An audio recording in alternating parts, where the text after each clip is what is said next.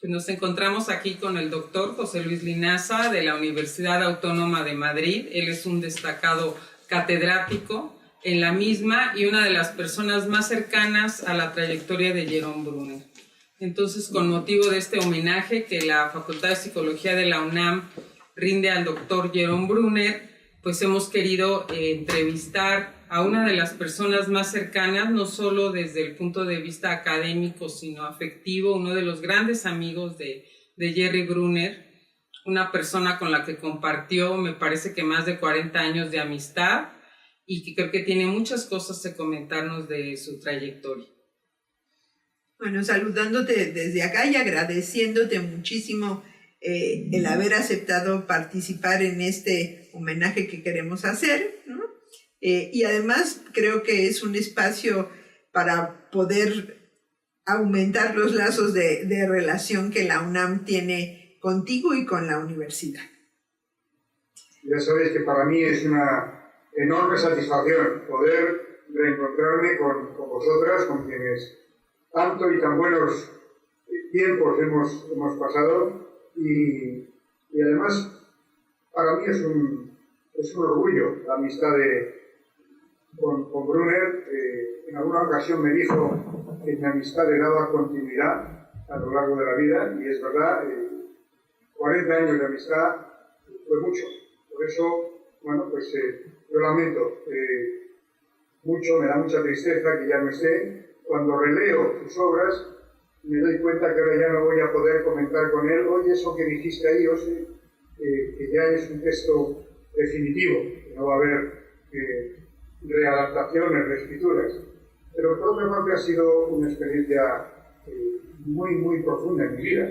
Yo era un estudiante de psicología, muy pavloviano, muy influido por las ideas de Pavlov. Con eso me fui a Inglaterra, hice varios experimentos sobre aprendizaje animal, pero cuando me encontré con su artículo sobre la inmadurez, eso me cambió profundamente la vida. Quise conocerle, le conté lo que estaba haciendo con las ratas, le llamaba un parque de atracciones para las ratas. ¿En qué año fue hecho? Y me volví a Sussex convencido de que era interesante ese trabajo sobre experiencia temprana en las ratas y cómo eso afectaba a su aprendizaje. Y al cabo de unas semanas me llama y me dice, se jubila Nico Tinbergen, que era premio Nobel de Etología, y hay un espacio aquí, ¿por qué no te vienes? Y yo dejé los 20 experimentos de aprendizaje animal y me fui a Oxford, y creo que no he hecho nunca nada tan sensato en mi vida como empezar otra vez de nuevo. Y cuéntanos, ¿en qué año se da este suceso? ¿Qué estaba haciendo Brunner en Oxford? ¿Por qué se va de Estados Unidos a Oxford? Tú tienes muy identificada toda esta situación. ¿Qué era el trayecto anterior de Brunner? No sé. Él había sido un catedrático muy, muy reconocido en Harvard y fuera de Harvard. De los trabajos que hizo sobre percepción, el mismo año que yo nací, él hizo aquel experimento sobre las monedas y la percepción. Los niños pobres veían las monedas más grandes.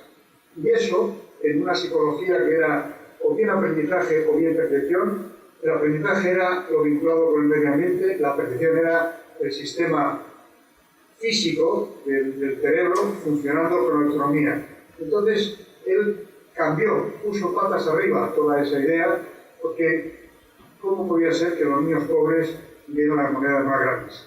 Y eso, que fue el New Look, cambió y preparó en realidad la psicología cognitiva, de la que él fue también un precursor, porque después de la percepción trabajó en pensamiento y decía aquellas cosas de que uno sesga, hace preguntas, y cuando una pregunta en ese juego de adivinar, por ejemplo, un actor, si yo pregunto hombre o mujer, pues ya tengo la mitad del universo reducida. Y eso de los años 50 da lugar a lo que constituyó por George Miller, el Centro de Estudios Cognitivos. Eso fue realmente el origen de la psicología cognitiva. Y yo creo que él en Harvard tenía una posición crítica con la psicología más experimentalista, el propio Skinner, aunque el debate a bordo lo tuvo años después, cuando ya estaba en Londres. Y el Centro de Estudios Cognitivos se creó fuera del Departamento de Psicología Experimental. Y de hecho, hoy, por lo menos hace unos años, cuando yo estuve en Harvard, el departamento no hablaba del Centro de Estudios Cognitivos en su propia historia. Es como si fuera otra cosa ajena. Pero eso realmente cambió la psicología, no solo de Estados Unidos, cambió la psicología del mundo. Y sin embargo, pues yo creo que él se sintió incómodo cuando en la administración de Nixon se metieron con su programa de estudio del hombre, aquel proyecto tan bonito de educación, y decidió aceptar la oferta de una cátedra en Oxford. Él estaba muy orgulloso de haber atravesado el Atlántico navegando en su propio barco de vela. Y realmente, decía, ningún otro catedrático ha llegado a ocupar su cátedra cruzando el Atlántico. Fue una aventura muy bonita y siguió disfrutando mucho de la vela. Por eso yo utilicé el poema de Machado, Se hace camino al andar, no hay camino sino estelas en la mar, porque realmente eso es lo que él hizo toda su vida. Fue un pionero capaz de abrir vías nuevas allí donde se formaba preguntas. Y en esos años, fue el año 73, cuando yo fui a visitarle a Oxford, y el año 74, cuando me fui a trabajar con él. Ya hace un montón de tiempo.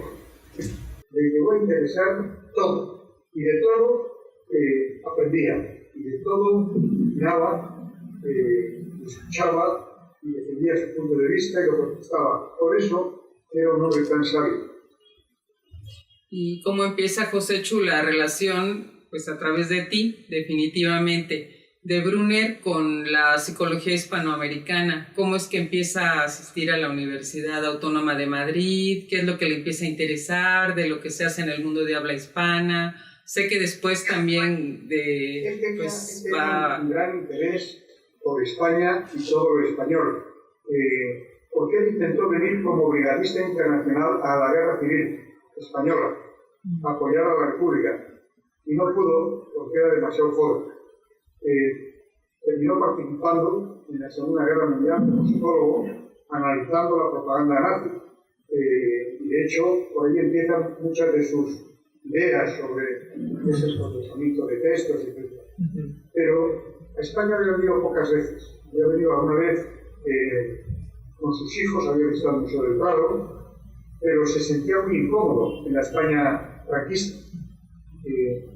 Yo tengo la sospecha, nunca se lo pregunté directamente, que una de las razones por las que me animó a ir a estudiar con él, porque a mí me habían expulsado de la Universidad Autónoma. Entonces a él le parecía que la razón por la que nos expulsaron fue defender a un estudiante. Tenía conexiones con la razón por la que McDougall le recuperó a él después de que hubiera escrito un artículo en contra de los movimientos nazis en una revista de la universidad. Y les pareció que era una politización, quisieron echarle, pero McDougall le rescató como ayudante de investigación. Pues yo creo que a mí él me rescató de Sussex, precisamente también porque me habían echado de la Autónoma por haber defendido a un estudiante a que estuvieron en una manifestación y querían abrir un expediente académico. Nosotros decíamos, ¿qué tiene que ver?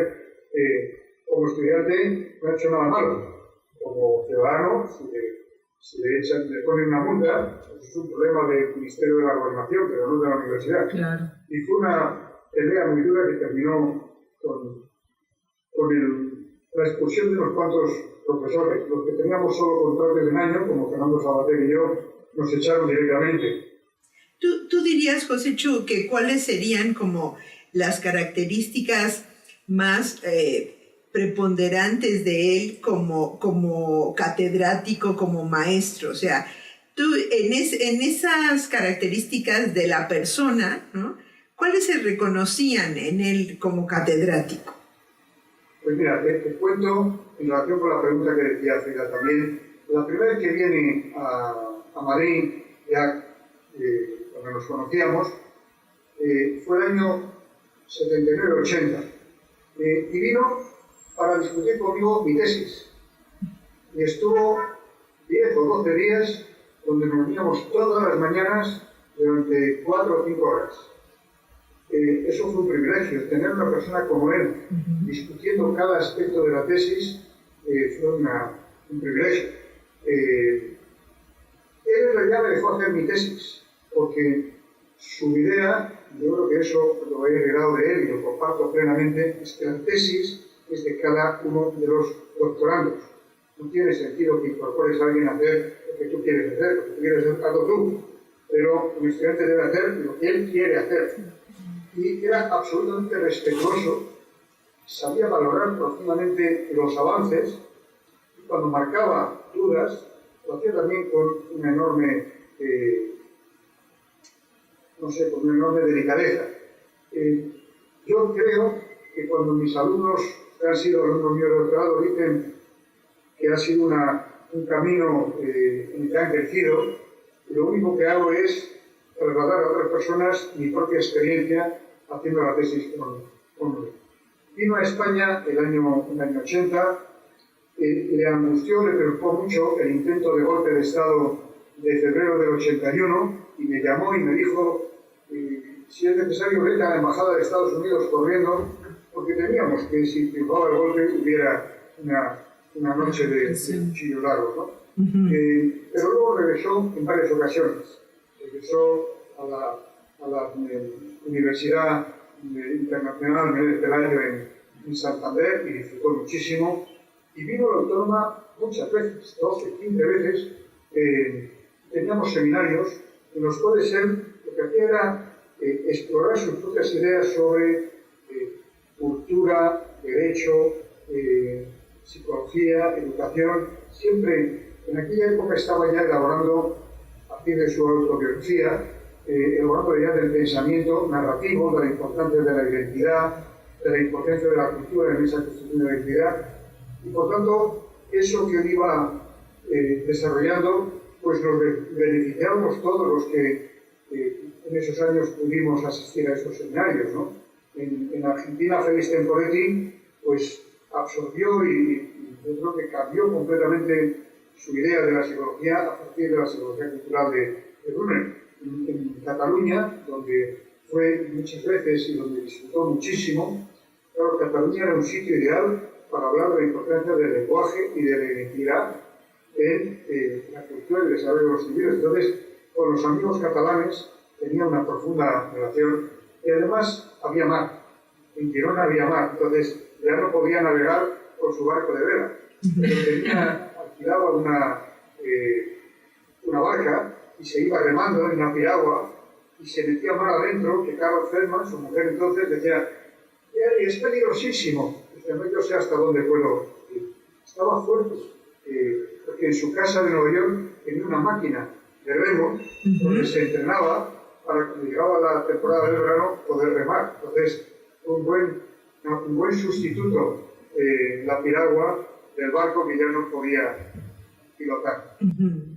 Pues la obra de Brunner es trascendente en todos los sentidos que uno lo piensa, Josécho, y me parece que es uno de los autores del campo de la psicología más leídos en todos los idiomas que uno se puede imaginar. Para esta charla contigo, con Gina, estuvimos buscando pues, de la bibliografía de Brunner y sus traducciones, y bueno, encontramos que sus textos se han traducido a todos los idiomas. Digo, no solo están en inglés, en español, en italiano, en alemán, en portugués, incluso en chino encontramos las carátulas de las traducciones de Brunner. Entonces es un pensamiento que ha permeado pues no solo en la psicología a nivel mundial, porque igual que tú nos comentabas el otro día, él ha tenido una muy muy fuerte presencia en otras disciplinas, al final de la vida en el campo del derecho, todo lo que él aporta a estas disciplinas, al campo de la narrativa, al campo de la literatura. Para ti, ¿qué serían los conceptos más importantes que él nos deja como legado?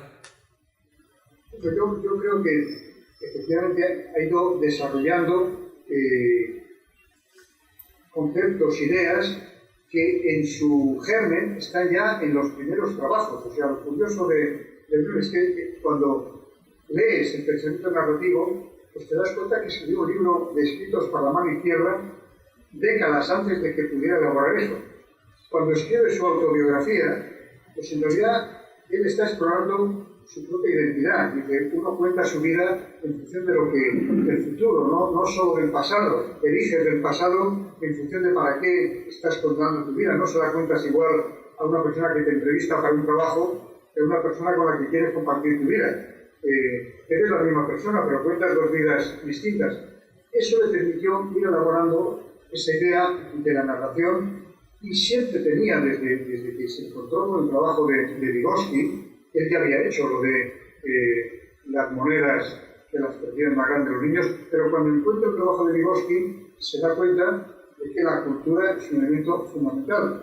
Y cuando escribe el último libro importante sobre educación, la educación fuerza de la cultura, lo conocimos porque no se puede en castellano decir el cultivo y la cultura de la educación al mismo tiempo, pero eso es lo que significa en inglés. Cómo cultivas la educación, pero cómo la educación es cultura también.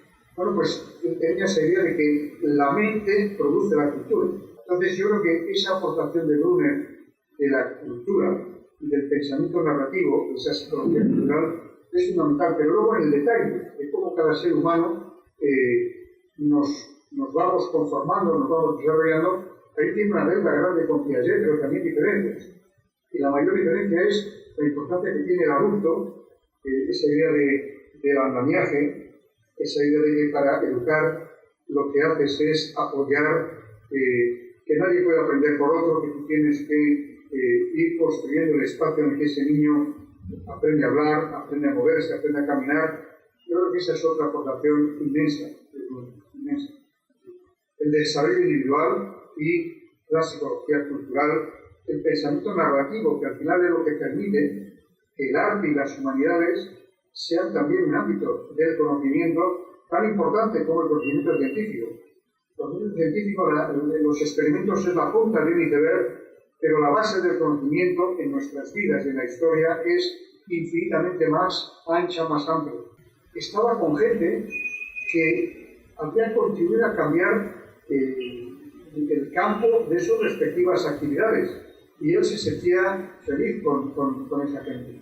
Y hablaba, preguntaba, entendía. En España unos economistas me preguntaban, pero ¿tú estás seguro, en el año 2012, 2011, ¿tú estás seguro que no es economista? Si sabe de economía mucho más que gente que... Claro, porque les estaba preguntando sobre la crisis económica, y conocía y habla con... Entonces, esa capacidad para meterse en el ámbito del derecho, de la literatura. Yo creo que él fue incluso poeta. Sus nietos han rescatado y han leído una poesía suya. Alguna vez nos felicitó las fiestas de Navidad con un crisma, con una felicitación, que era un dibujo suyo. Él practicó muchas cosas porque era una persona inquieta, curiosa, insensible, y en lugar de tener eso como una segunda hobby, no, se atrevía a mezclar y decir, a ver, la psicología, ¿qué puede decir respecto a la pintura? ¿No? Como heredero te diré que el libro de la educación, el puerto de la cultura, él me entregó el borrador, porque empezamos a traducirlo prácticamente antes de que se publicara en inglés. Pero habíamos ido a Barcelona y había estado el Museo Picasso, y yo le veía que se pasó tiempo y tiempo con las meninas de Picasso, y una vez y otra vez. Y cuando el libro se publica, veo que tiene una página y pico nueva, que no estaba en el borrador, sobre las meninas de Picasso. Y cuéntanos ahora la anécdota con Chavela Vargas, Joséchu, porque esa es genial. Que os había... Bueno, con Chavela sucedió, a él le gustaba evidentemente quedarse siempre en la residencia. La residencia de estudiantes es lo que queda de la institución libre de enseñanza, que fue una reforma educativa muy profunda de la República Española. Y en esa institución libre de enseñanza tenía un despacho, un laboratorio, Ramón y Cajal, y allí se formó Juan Negrín, pero allí se conocieron Dalí, Guión y Lorca. Entonces, era un espacio que a él le encantaba y siempre se quedaba allí, y la gente era muy amable con él. En un viaje coincidió con Chavela. Estaban en habitaciones contiguas. y desayunamos juntos 2 o 3 días. Y a los dos tenían curiosidad por saber lo que hacía el otro. Yo hacía de traductor. Entonces, Chabela presumía de la cantidad de conciertos, de la cantidad de actividad que tenía. Y Jerry también decía, pues yo estoy dando un curso de doctorado. Los dos tenían 90 y tantos años. Pero fue muy bonito verles. Brunner no sabía quién era Chabela y Chabela no sabía quién era Brunner. Pero yo creo que los dos intuyeron que ambos eran importantes en sus respectivos campos, ¿no?